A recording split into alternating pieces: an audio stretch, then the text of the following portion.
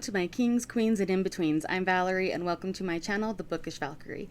So, I am doing the wrap-up for the months of August, September, and October, since I missed filming on all of those. We're going to go over, I believe, the 29 books that I read in those 3 months in this video, and then in the next one, I will be covering 35 books. So, and here's the thing. These were great reading months. I may not have been feeling like able to do the whole booktube thing during those months, but I read some major bangers and I just have to share them with you.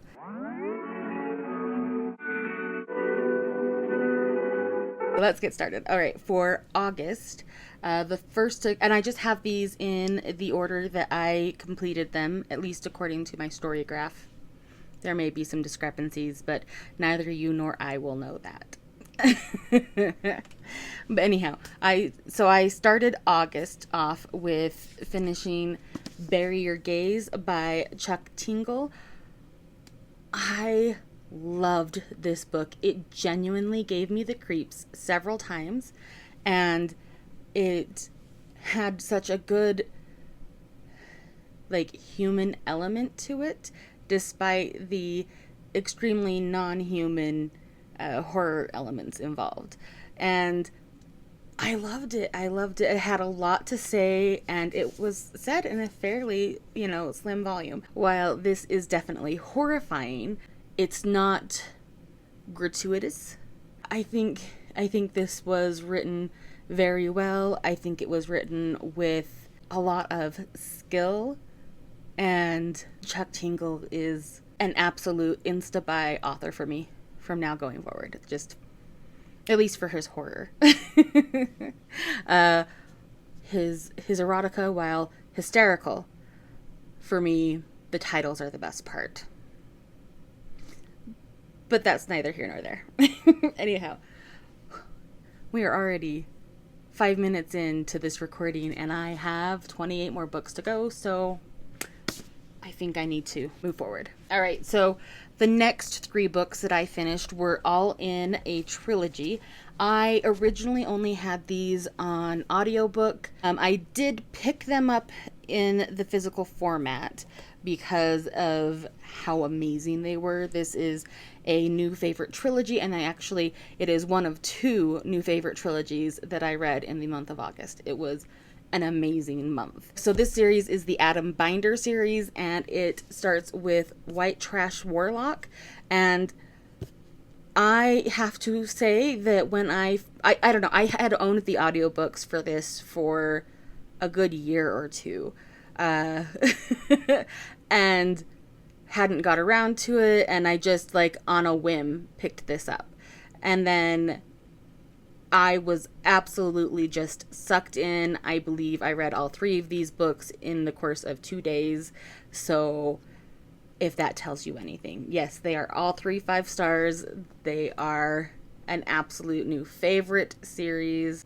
I just love and adore it. This series starts with White Trash Warlock, where we meet Adam Binder, who is our main character. And when we meet Adam, he is in the midst of a hunt for a warlock that he thinks might be his father, because he has some burning questions to ask his father, and they're not nice questions, but he earned them. But it's supposed to be impossible for this warlock to be his father because his father is supposed to be dead.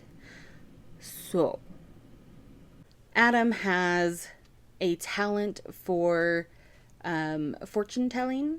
He has a talent for tarot in particular, and after a very long and rough childhood, being at best neglected by his mother, at worst abused by his father, and then abandoned as a teenager, as a young person,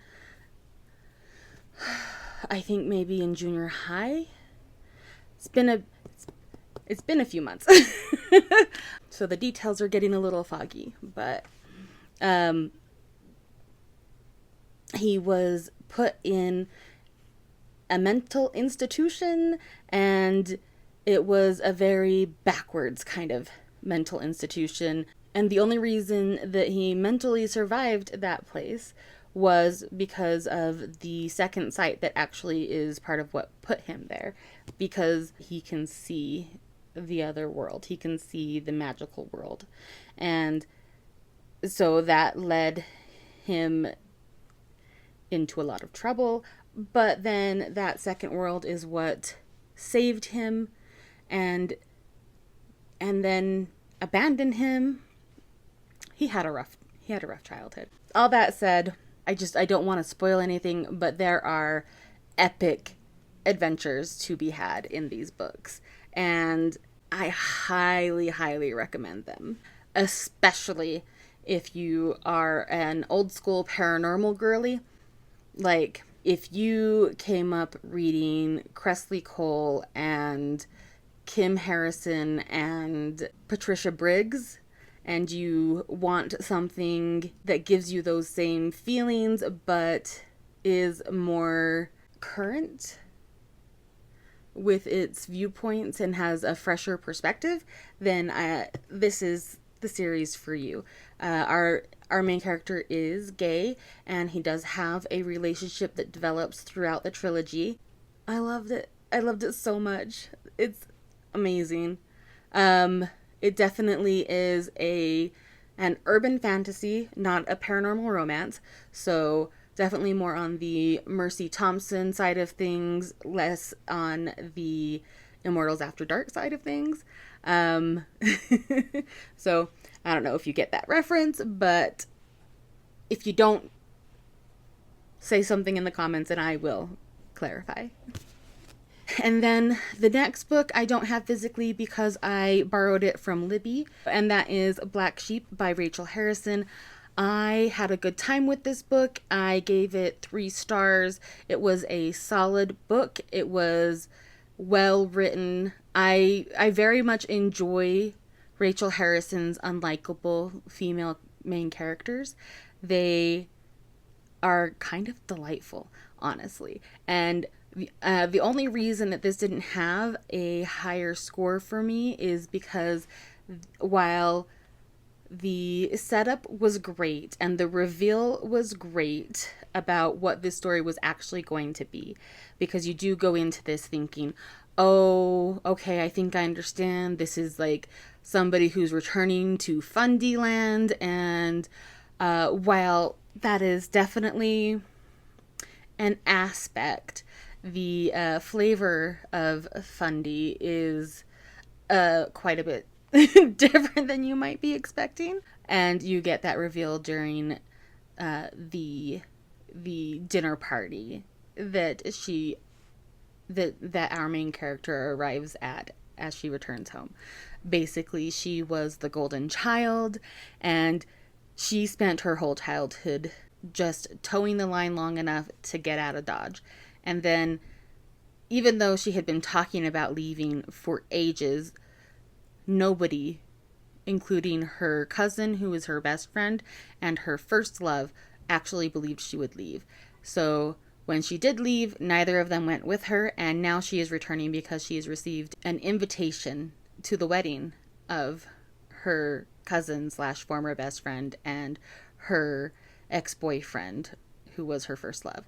And she is arriving with the intent of wearing a fuck me dress to the wedding and just giving the final bird to all of the people that she grew up with. But things go a bit different than she plans. As good as that beginning was, ultimately the content just isn't my particular cup of tea. And so while it was very solid, and I still love Rachel Harrison and I will still read everything from her, this is not my favorite book from her, and it's not my favorite horror trope. but it was still well written enough for me to continue reading and finish the book and enjoy myself. So even though I didn't enjoy it as much as I could have if it were a different trope than it was. And I'm being vague on purpose because I don't want to spoil it. Because it really is a good reveal. But yeah, I really enjoyed it, and I look forward to continuing reading Rachel Harrison's works. And then the next book that I finished reading in the month of August was That Time I Got Drunk and Saved a Human. I have the other books in this series in their original indie covers, so I'm a little sad that this one doesn't match, but I am really happy for Kimberly Lemming that she got picked up traditionally. So I gave it a 3.75. I think that might be a little bit of a mood rating because I think I might have rated it higher with a different, if it had fit my mood a little more perfectly than it did. But like, you know, a 3.75 is still really good, and I really did enjoy this. It definitely made me want to go back and reread the whole series, the whole Mead Mishaps series from beginning to end, and I may do that soon, especially if we get another book from her this year. And who knows, maybe at that point this will go up into the high fours. I don't know.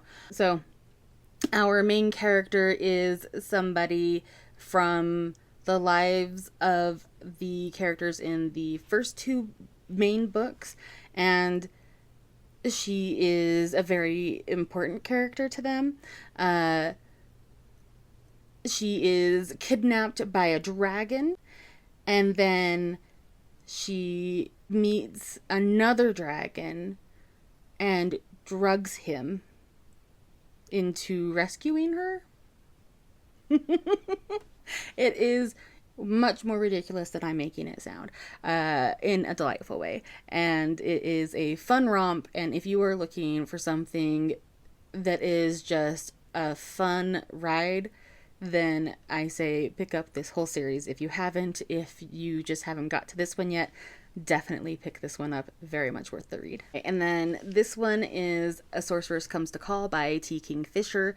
It is definitely in that sweet spot of grim, cozy fantasy that I love so much with T. Kingfisher. If I had to rate my top 3 T. Kingfisher books, the first one would be Nettle and Bone, A Sorcerer Comes to Call would be the second, and the third would be Thornhedge. I gave this a 4.75. It was a nearly perfect book for me. I just, I think got lost a little bit in the pacing, but other than that, I can't really say anything against this book. I loved it. I thought it was great.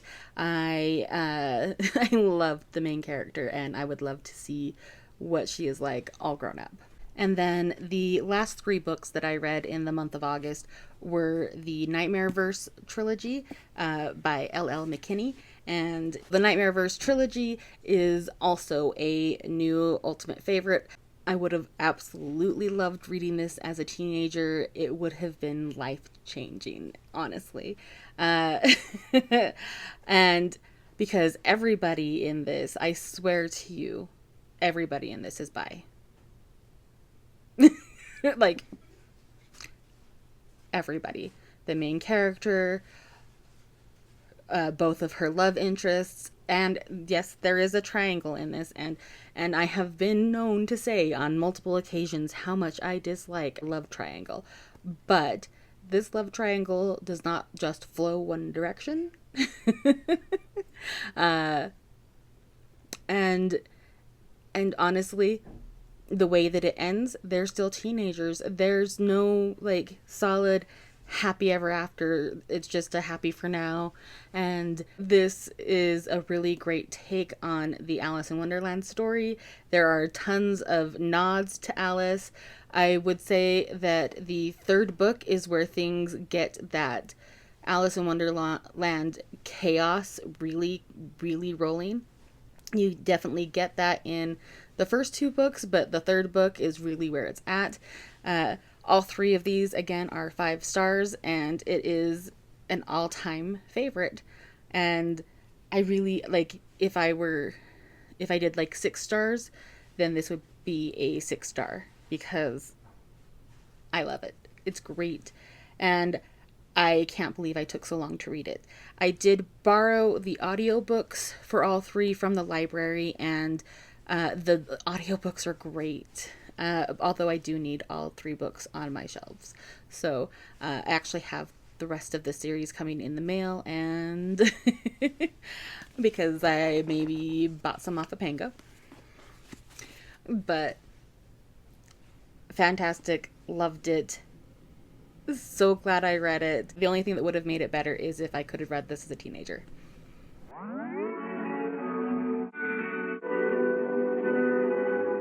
All right, now we're going to be going into September. So the first 4 books that I read in September, I borrowed from Libby and KU.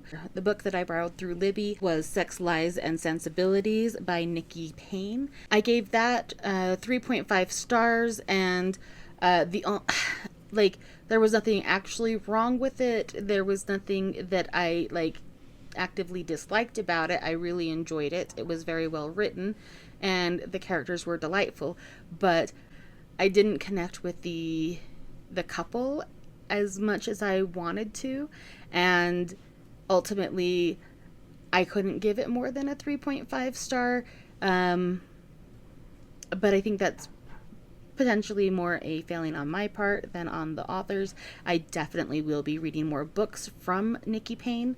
I believe the first book that she wrote was Pride and Protest. I'm hoping that maybe that will be more my jam. It's entirely possible that it's because of the story that it's modeled after that it wasn't quite my favorite. I didn't jive with it as well as I wanted to, because these books are obviously modeled after Jane Austen's books, and out of Jane Austen's books, I definitely prefer Pride and Prejudice over Sense and Sensibility, so that could also be the factor here that kept it from being a 4-star or higher, because honestly, other than that, I can't think of how come I didn't love this book more than I did.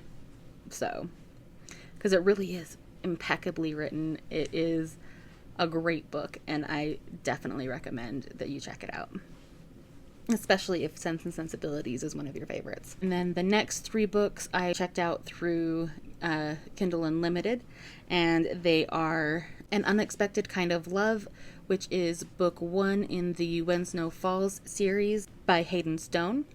And I read this thinking that I would read When Snow Falls in November, December, because I thought that would be like a good holiday read. Now, in January, looking back, that did not happen. Although I really very much enjoyed An Unexpected Kind of Love so much. This is also a sort of retelling, reimagining kind of story. This one is modeled vaguely after the movie Notting Hill. And I don't know if Notting Hill is actually a book or not first, but regardless, that's what it's modeled after, and it's great. I loved it. As the title says, it was an unexpected kind of love. This was an unexpected kind of win for me. I gave this 4 stars, but I am considering moving it up because of how well it has stuck with me. I think it might be more of a 4.5 or even 5 star. We'll see if I ever get around to rereading it, which is a possibility. Maybe it's a higher rating than 4 stars. I may still read When Snow Falls for January. I'm going to have to go through and read the summary again to make that decision, because if it's like distinctly Christmas, then maybe not, but if it's just a winter read, perfect. So we'll see. If I don't read it this month, then I may pick it up November or December sometime this year. And then the next one that I picked up was Sapphire Sunset, which is the first book in the Sapphire Cove series by C. Travis Rice, who also writes under the name Christopher Rice. He is Anne Rice's son. These are I believe, his first foray into the romance genre as a writer. I could be wrong, but I think these were his first.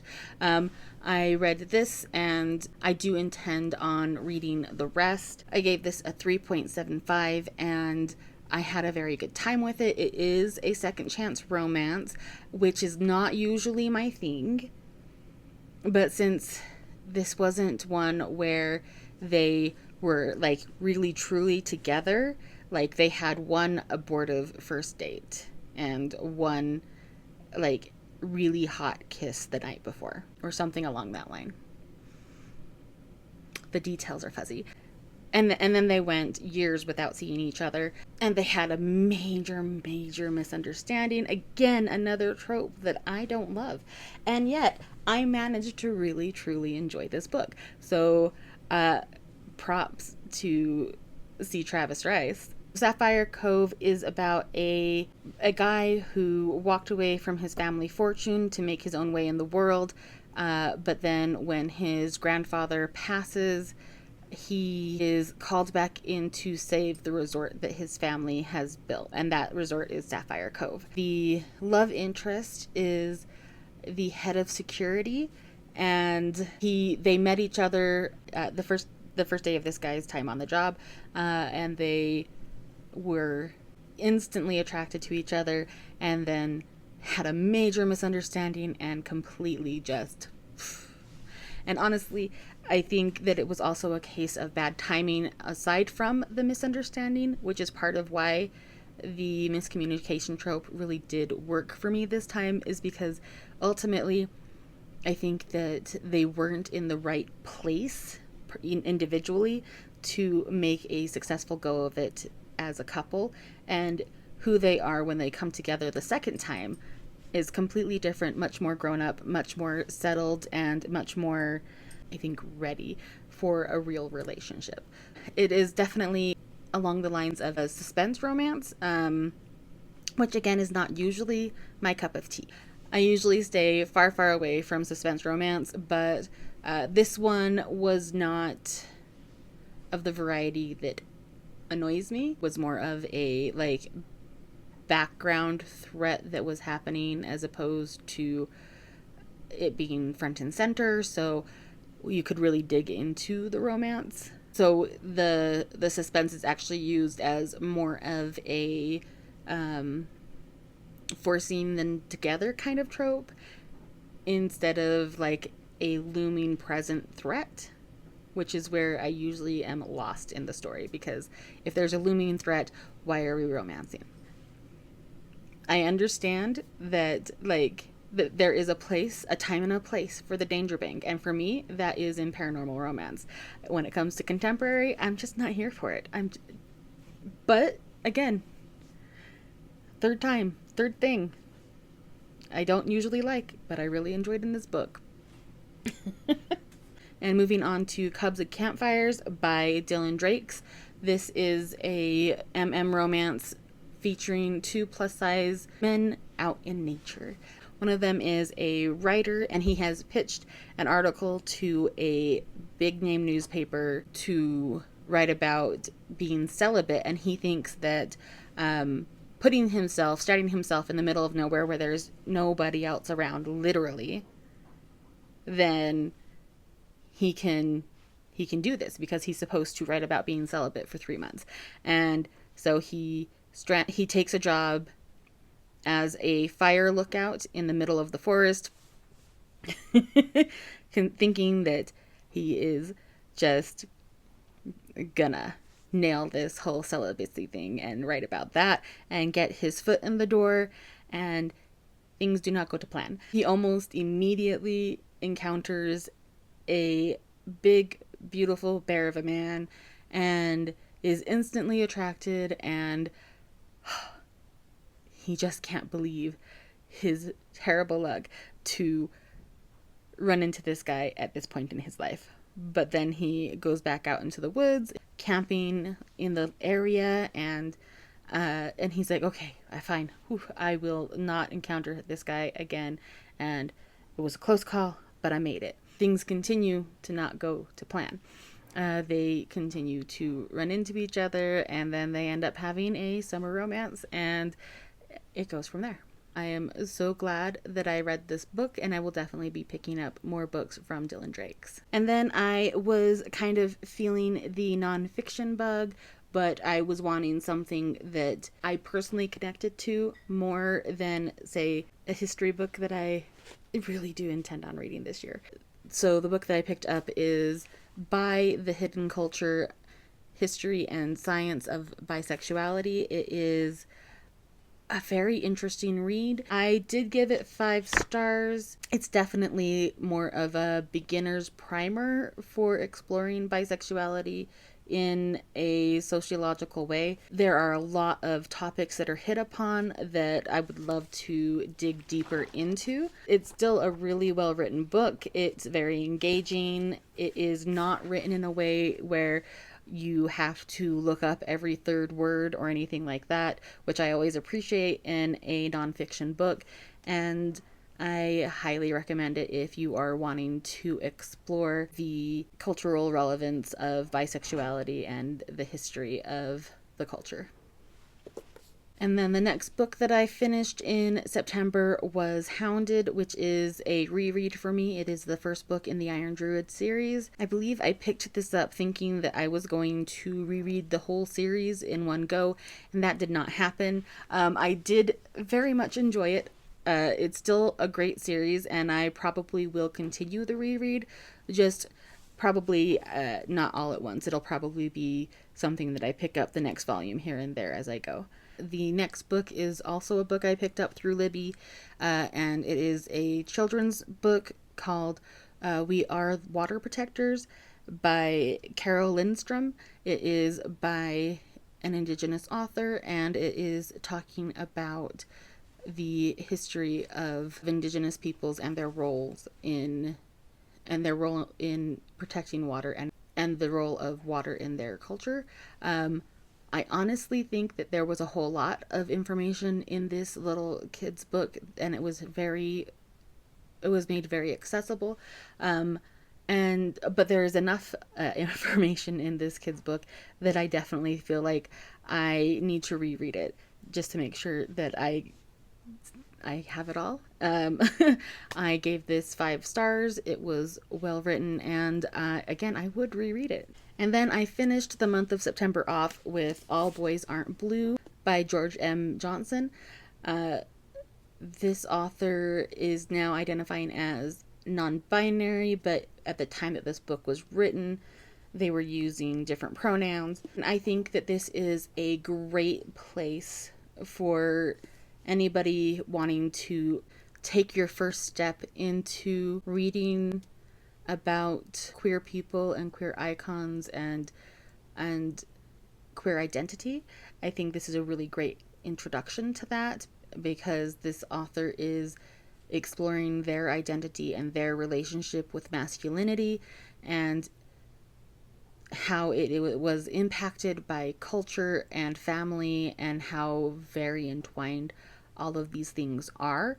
I definitely would say check your content warnings. There's definitely events that occur in their life that might be hard to read. So, but those things are written very well and with a lot of care. And I think this is a great book, and I would absolutely keep this on my shelves for anybody who is wanting to borrow something to get a little bit more insight into these kind of topics.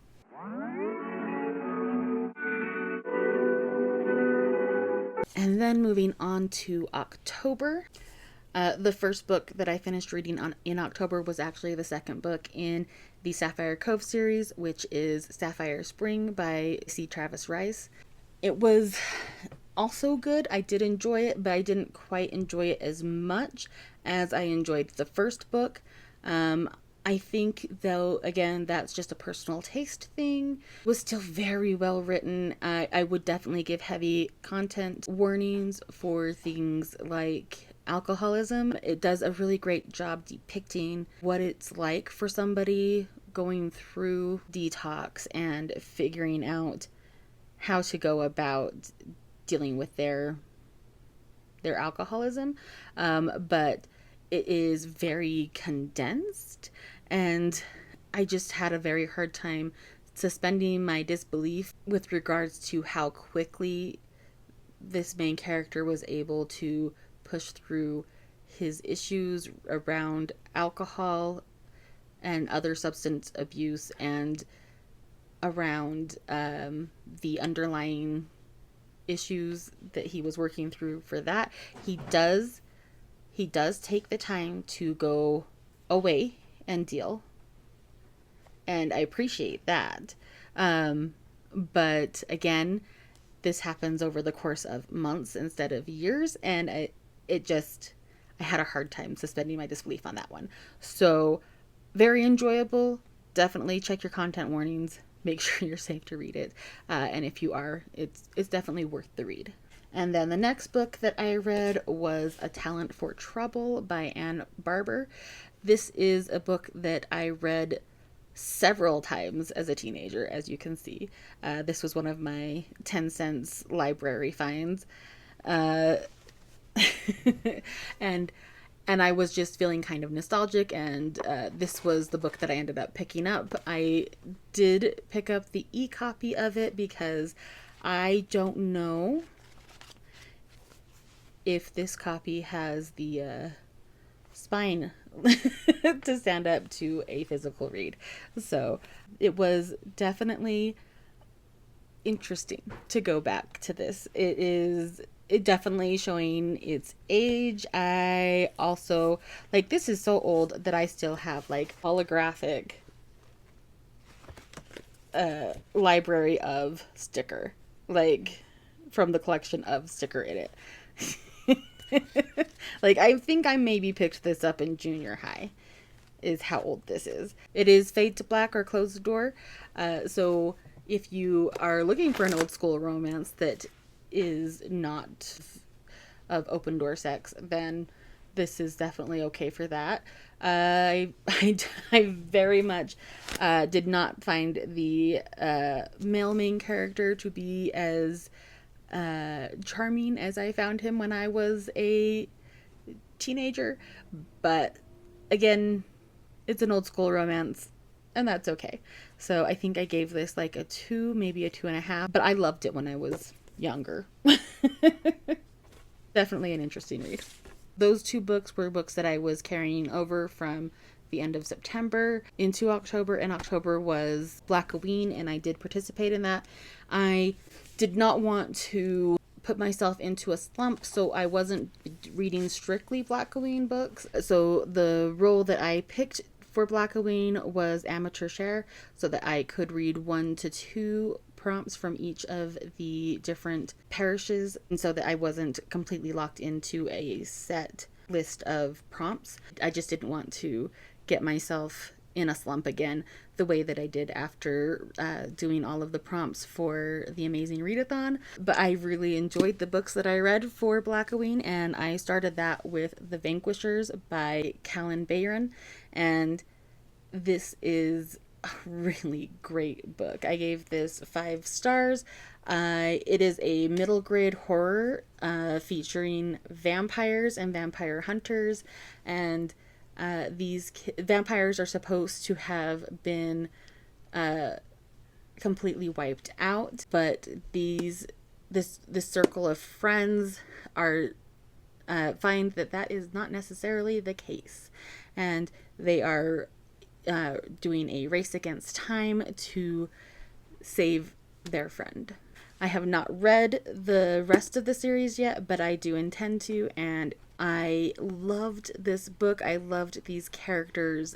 They are absolutely wonderful. The friendship in this is amazing, and exactly the kind of friendships that I wanted when I was a kid. Anyhow, loved this, and I will continue this series later on, possibly for future Blackoweens, possibly not, we'll see. Next book that I finished reading for Blackoween was The Taking of Jake Livingston. I started trying to read this in July, and I just was not in the right headspace for it. And I'm glad that I stepped away from it at that time. And I'm even more glad that I picked it back up for Blackoween. It is a very, very well written YA horror that explores the damage that bullying and intolerance can do to a person, and it definitely touched on the ramifications of what it is to be a person of color in a white dominated school, and how important the connections we make are to how we make it through. It's definitely a great YA book, and I would absolutely recommend this to anybody who likes YA horror. And then the next book that I picked up after that was Young Blood, and it's another YA horror. Although I don't know how horror I would say it is. It's probably more of a YA paranormal or urban fantasy. Our main characters are attending a very, very prestigious school. There is a whole lot of classism that is addressed. There is a good amount of diversity. So, I appreciated that. I also will always love queer rep in YA or any book, really. I gave it a 4.5, but looking back on it, I think I might knock it down to a 4, just because ultimately it doesn't have quite the teeth to it that it could have, and it didn't have quite the impact that it could have. At least I didn't think so. So, I mean, it's still good. A 4 is still a really great read. It's just not amazing. I very much enjoyed it. It was very well written. The world was very well done. I honestly kind of thought that it was going to be leading into a series, and it was a pleasant surprise to find that it was actually a standalone. It definitely is giving like Vampire Academy vibes, but, you know, minus the inappropriate relationship with a faculty member. And then actually, you know, following through on the sapphic vibes. So again, if you enjoyed Vampire Academy or The Vampire Diaries, I think that you would very much enjoy this book. I definitely felt like I was revisiting like a piece of my teen years by reading this book. So that was nice. That was fun. There is a little bit of a love triangle between our main character and a boy and a girl. And so I always am here for the bi vibes. The ultimate bad guy in this story is very much like the embodiment of classism and prejudice. So I very much appreciated that as well. It was a little difficult to swallow because they were tying a neat bow on a not neat problem, but an enjoyable YA romp. I don't know if that sold the book at all or not, but I liked it. I had a good time. And I would definitely read something else from this author. And then I read Indian Burial Grounds by Nick Medina. This is a horror book, a horror thriller, definitely more thriller than horror, written by an indigenous author. I gave it a 4.5, and ultimately the only reason I couldn't quite give it a 5, so maybe I might knock it up to a 4.75, is the pacing. There was definitely a few points where I was having a hard time with the pacing. It just wasn't quite keeping my attention, and I would have to like deviate to another book and then come back to it. So it wasn't like quite as gripping and riveting as I wanted it to be, but it was still very well written. It's still a very good story. I enjoyed it so much. It's a great book. I borrowed this from the library, both physically and on Libby, and I will definitely be picking up a physical copy to put on my shelves. I loved it. It was so good. The next book is one that I finished late in the month, but I had actually started back in September, and that is Skyward, which is the first book of the Skyward series by Brandon Sanderson. This is the first book by Brandon Sanderson that I have actually managed to finish. It is YA sci-fi, and this was really good, and from what I understand, it just gets better from here. I know that the fourth book in the series just recently came out, I think last month or maybe the month before, but I definitely enjoyed it. It is a book that my husband and I started listening to audibly on our trip to Disneyland. Yeah, we went to Disneyland the end of September, beginning of October, and I did take a lot of video of that, and I may still post that footage if you are interested in it. I don't know. Let me know what you think. If you want to see that footage, then I will resurrect it from the dead. Otherwise, I may send it permanently to the graveyard. This is the book that we listened to while we were driving to and from California, and we didn't quite manage to finish it. We did finish listening to it eventually towards the end of October, but it did take a long time to get back to it together in the car. Which technically I could have listened to it on my own. I think I did listen to like the very last couple chapters on my own, but I don't know. I started listening to it with him, and I wanted to finish listening to it with him. Did enjoy Skyward, and I will probably continue the trilogy. Not in the next few months, probably. We'll see. I sometimes have a hard time picking a series back up when I've had this long of a break in between books, but at least the first time through. But we'll see.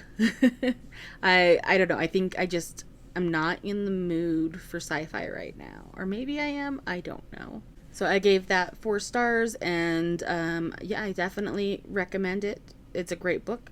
And I'm guessing that I will like the series even more as it moves on. At that point, I read the final book that I read for Blackoween, and that is Hide and Seeker by Daka Herman. This is a super creepy middle grade horror. I definitely recommend it, but it's definitely one that I would not send my middle grader off to read on their own, unless they are definitely of the horror loving variety. But even so, I would still check in with them. I think this might be more of a read together kind of middle grade horror, because it's genuinely creepy. It takes an innocent children's game and turns it into an absolute horror, and it got to me. I very much enjoyed this book. I definitely recommend it, but again, I would approach it with caution when handing it to a child. I think it's definitely something that you would need to chat with them about, like, if nothing else, just to be there for them while they read it. Definitely don't give it to a kid who is a scaredy cat. Definitely something more for the horror loving middle grade readers. But honestly, I absolutely recommend it for adults too, because it's just that good. Since I was in the midst of creepy season in October, I picked up Carmilla by J. Sheridan Le Fanu. I don't know if I'm saying that even remotely right. Anyway, I picked this up because it was getting towards Halloween, end of October, and it is a classic that I've always meant to pick up, and I had the audiobook Gathering Dust in my audiobook library, so I decided to pick it up. It was the right time. And I spent the day cleaning my house and listening to it. It was a full cast audiobook. The actors in it were great. The story was okay. The writing was okay, especially for a classic, like, because I have a really tough time reading classics. So I gave this a solid 3 stars. I will probably never reread it, but I'm glad that I did read it. I know that this is some people's like favorite classic, and I wish that I had loved it like that, but I didn't.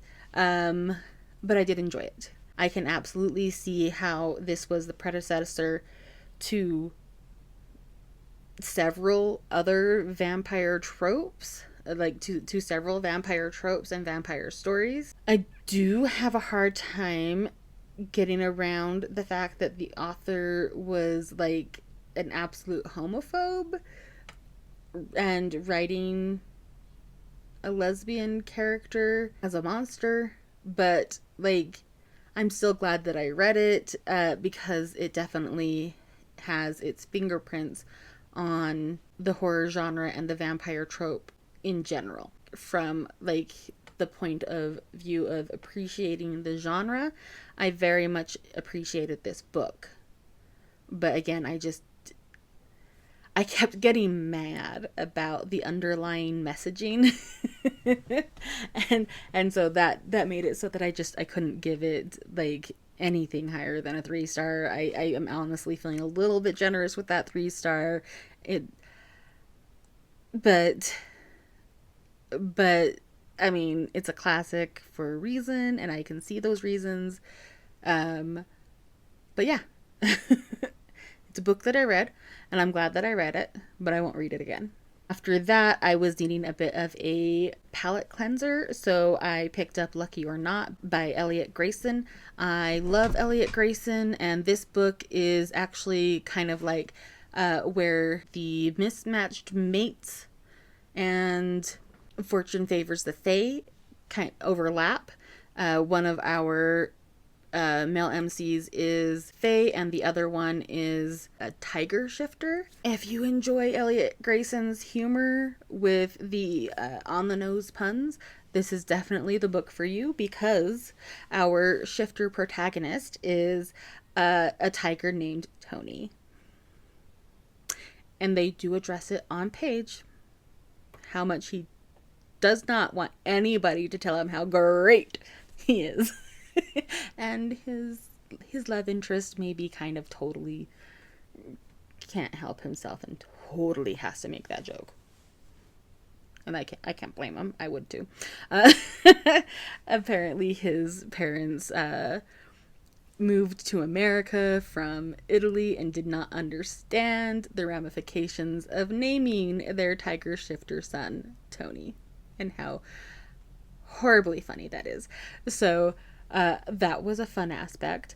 The whole story was a good time. I gave it 4 stars. I may actually go back and read the backlist for Fortune Favors the Fae. I don't think I even knew about that series before, but I definitely enjoyed this as a kind of side quest of the Mismatched Mates series, which I love the Mismatched Mates series so much.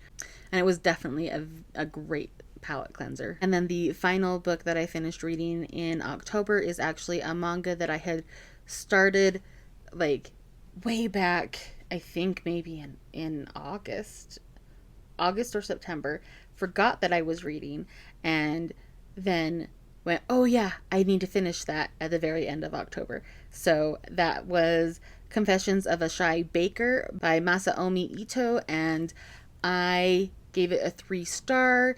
It was very cute. It was worth the read, but I don't think that I will continue reading because it was just a little too much slice of life for me. Like I love slice of life, but I prefer my slice of life to have like an overarching story, and this just didn't. Like, this is much more the type of story that I would rather read like in webcomic form, where it's just something that I read like one like 2-page section, 2 to 4 page section at a time, and it's just over time, and it's just a fun little break that I can take during the day. It's not necessarily something that I want to read as a full volume. So again, I gave this 3 stars because it is cute, it is well done, it's just not quite for me. Alright, that's it for me. If you enjoyed this video, please give it a thumbs up, subscribe if you'd like to, and let me know in the comments down below if you have ever had a reading slump, what it is you think caused it, and what you did to get out of it. If you don't want to do that, let me know what your favorite read in October was, or just leave me a tiger emoji for Tony the Tiger in Lucky or Not, and just to let me know that you were here. So Thanks for watching, and see you next video. Stars shining bright above me. Night breezes seem to whisper that sycamore tree. Dream a little dreamer.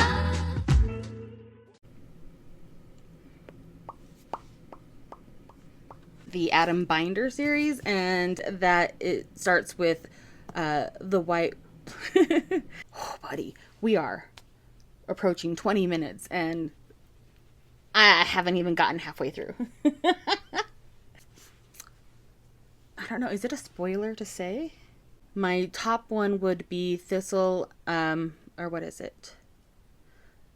Bone and Thistle? Bone and Thorn. Bone and Thistle. Thistle and Bone? Thistle and Bone. Yeah? I don't know. What am I doing? What is it? The only thing that would have been made... the first book that I brought... Let's see. Sorry. You're okay. So much for being quiet. Jake definitely has a lot of... yeah. I don't know what I'm trying to say. Fuck it, I'm going to keep going. So we did end up finishing... We did end up finishing... Listening. We did end up...